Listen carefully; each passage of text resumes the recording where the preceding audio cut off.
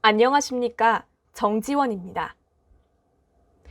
어제 오후 8시 반쯤 서울 잠원동의 한 아파트 단지에서 정전이 발생해 1,600여 세대 입주민들이 불편을 겪었습니다.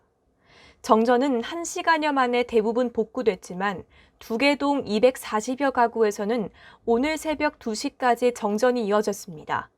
한국전력공사는 아파트 내부 설비 문제가 원인인 것으로 추정된다고 밝혔습니다.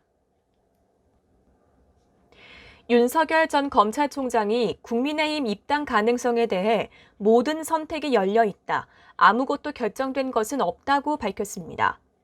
윤 전 총장 측 이동훈 대변인은 언론에 대한 첫 공식 메시지를 통해 윤 전 총장은 국민이 불러서 나왔다. 가리키는 길대로 따라간다고 말씀드렸다면서 차차 보면 아실 것이라고 윤 전 총장의 입장을 설명했습니다.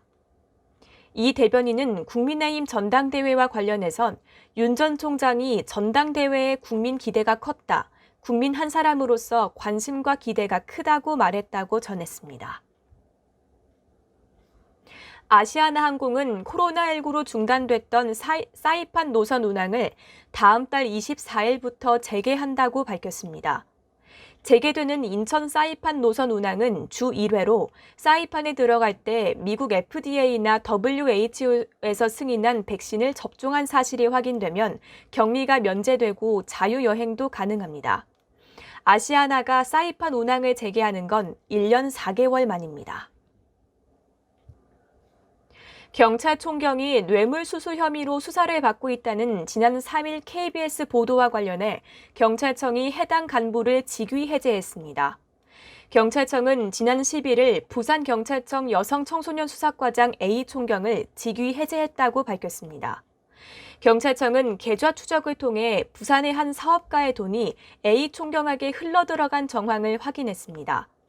이에 대해 A 총경은 지인에게 금전적 지원을 받았지만 사건이 불거지기 전 모두 갚았고 청탁도 없었다고 주장했습니다.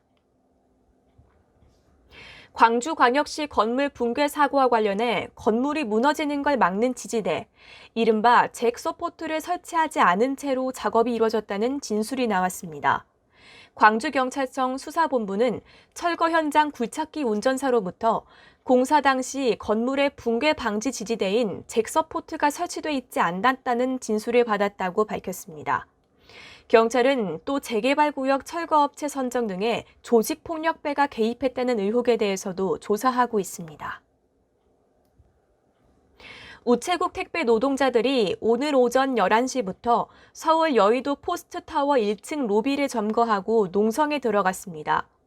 민주노총 서비스연맹 전국택배노조는 우정사업본부가 택배 분류 업무 수수료를 이미 임금에 포함해 지급해왔다고 했는데 수수료 지급 명세표 어디에도 분류 비용이 없다면서 우정사업본부 발언은 거짓말이자 대국민 사기극이라고 주장했습니다.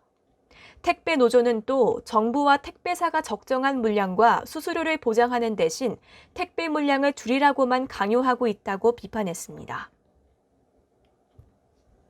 경기 부천에서 허위 신고를 한 혐의로 조사를 받던 40대 여성이 파출소 3층에서 뛰어내려 중상을 입은 사건이 뒤늦게 알려졌습니다. 경찰에 따르면 지난 8일 오후 9시 40분쯤 부천시 고강동 고강파출소 3층에서 40대 여성이 뛰어내렸습니다. 이 여성은 허리뼈가 골절되는 등 크게 다쳐 병원에서 치료받고 있지만 의식이 없는 상태인 것으로 알려졌습니다. 앞서 A씨는 강력범죄가 발생했다며 허위 신고를 한 혐의로 현행범으로 체포돼 파출소에서 조사를 받았습니다. 경찰은 피의자 관리가 제대로 이루어지지 않았다고 보고 해당 파출소 경찰관들을 차례로 감사하고 있습니다. 조국 전 장관의 명예를 훼손한 혐의로 고소당한 전 조선일보 기자가 검찰로 넘겨졌습니다. 서울 용산경찰서는 정보통신망법상 명예훼손 혐의로 문모 씨를 기소 의견을 달아 최근 검찰에 송치했습니다. 경찰 관계자는 구체적인 송치 내용과 수사 결과는 밝힐 수 없지만 수사를 마무리한 뒤 검찰에 송치한 것은 맞다고 전했습니다.